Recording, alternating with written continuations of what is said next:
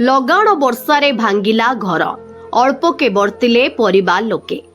କଳାହାଣ୍ଡି ଜିଲ୍ଲା କଲାମୁଣ୍ଡା ବ୍ଲକ ରେସିଡା ଗ୍ରାମର ହରିବାରୀଙ୍କ ପରିବାର ଆବାସ ଯୋଜନାରୁ ବଞ୍ଚିତ ହୋଇ ଦୟନୀୟ ଭାବେ ଜୀବନ ବିତାଉଛନ୍ତି।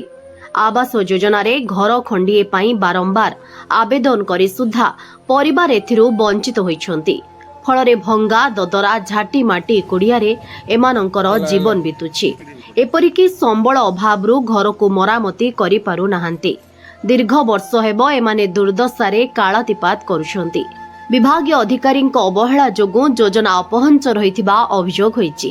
କିଛି ଦିନ ହେଲା ଲଗାଣ ବର୍ଷା ସହିତ ପ୍ରବଳ ଝଡ଼ ପବନ ଯୋଗୁଁ ଶନିବାର ରାତ୍ର 3 ଘଣ୍ଟା ସମୟରେ ଶୋଇଥିବା ବେଳେ ଗୋଟିଏ କାନ୍ଥ ଭୁଶୁଡ଼ିବା ସହ ଉପର ଚାଳ ଛପର ପଡ଼ିଯାଇଛି, ଯାହାଫଳରେ ଘରେ ଶୋଇଥିବା ଦୁଇ ସ୍ୱାମୀ ସ୍ତ୍ରୀ ଅଳ୍ପକେ ବର୍ତ୍ତି ଯାଇଛନ୍ତି।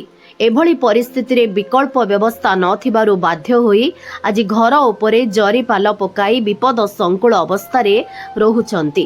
ଏ ସମ୍ପର୍କରେ ବିଡିଓ ସୁଚରିତା ମୁର୍ଗୀଙ୍କୁ ପଚାରିବାରୁ ଯଥାଶୀଘ୍ର ପ୍ରଧାନମନ୍ତ୍ରୀ ଆବାସ ଯୋଜନାରେ ପରିବାରକୁ ସାମିଲ କରି ଘର ଯୋଗାଇ ଦିଆଯିବ ବୋଲି କହିଛନ୍ତି।